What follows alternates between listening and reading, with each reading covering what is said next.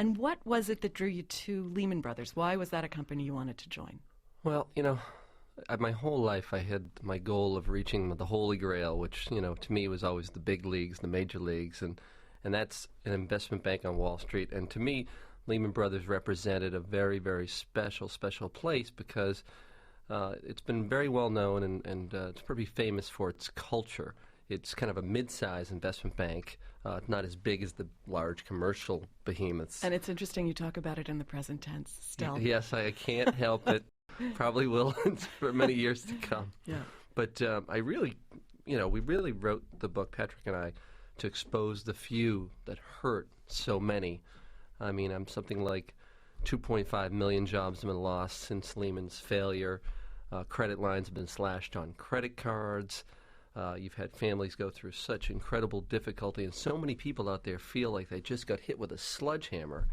And a lot of the problems emanate from one of the most strangest, most bizarre places, one of the most mysterious places on earth, that 31st floor executive suite at Lehman Brothers. This really never should have happened. Well, I would say that for many of us, what everyone in that building did was a bit mysterious. And so I wanted to ask you first about what you did. You were vice president of distressed debt and convertible securities. What does that mean? Well, when companies go through difficulty, an example would be like Delta Airlines, a lot of Northwest Airlines in 2000, I think 6 or so. They had some financial difficulties, and companies, their bonds, which normally trade at par, which would be 100, their bonds sometimes become distressed because the company's cash flow is not enough to pay off its debts. And so those bonds will sometimes become distressed. So they'll trade at 20 cents on the dollar, 15 cents on the dollar. And somebody has to be there to provide a bid or an offer to the big mutual funds like Fidelity or Vanguard. Somebody's got to be there to really be the market. And that was my job, trading distressed debt, so troubled securities. When I read about this, it sounded like there were a number of different cultures within Lehman Brothers, and you were part of, in a sense, the pessimistic culture, the bear culture. What was it like to be a bear in the midst of one of the biggest bullish markets ever? Well, we really turned bearish in late 2005, 2006, and I was blessed. There's no I in team, and I just want to make it very clear. I was blessed to work with so many wonderful people. You'd get to work at Lehman Brothers on a cold February morning, and at 6 o'clock. At usually. 6, but say you got in on a Friday. Say Thursday you went out for dinner, and you had some fun, and you get in on Friday morning at, say, 7:30. You could go to 6 closets and wouldn't find a coat hanger. I mean, at 7:30, you are a slacker. But what was it like as a real bear? I mean, your team really was saying there's a problem here within a culture that was saying, go, we're fine. Sure, yeah. Well, to answer that question, it was difficult because, bull manias go on for a long time. I mean, Alan Greenspan's irrational exuberance comments were, about a year and a half, 2 years ahead of the crash. And the credit markets, the fixed income markets, the bond markets were on this crazy bull run, and along with the real estate market and the commercial real estate market. And there were some wonderful people inside of Lehman Brothers that were trying to stop the madness, that were issuing warnings, that were emphasizing that we have to get out of commercial real estate, we have to get out of residential real estate, or at least pull back.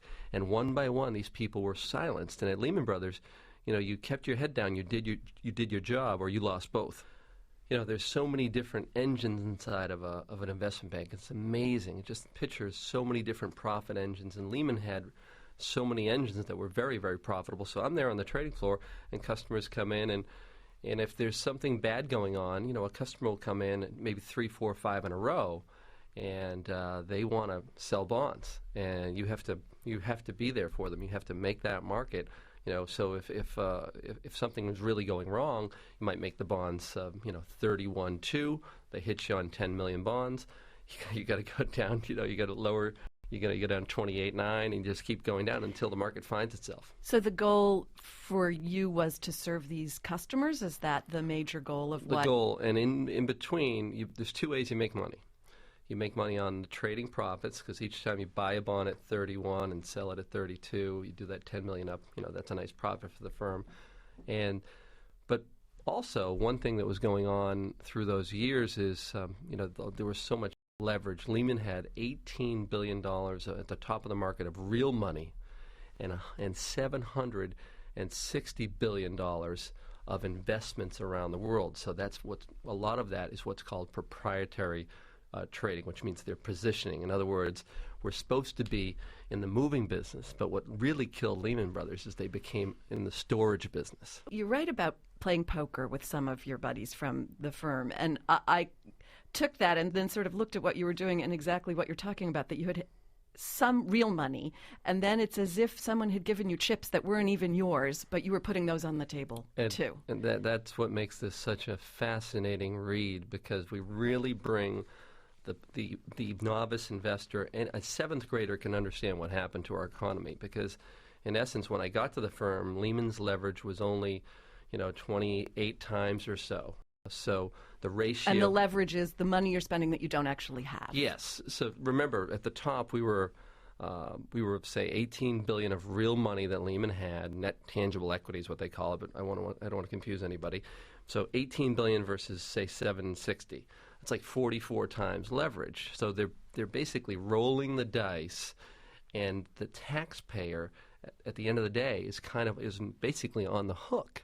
So they were, and they were bonusing themselves, these men at the top on the 31st floor, in an enormous way, and they were really using that leverage to increase more revenues, more profits, and more bonuses.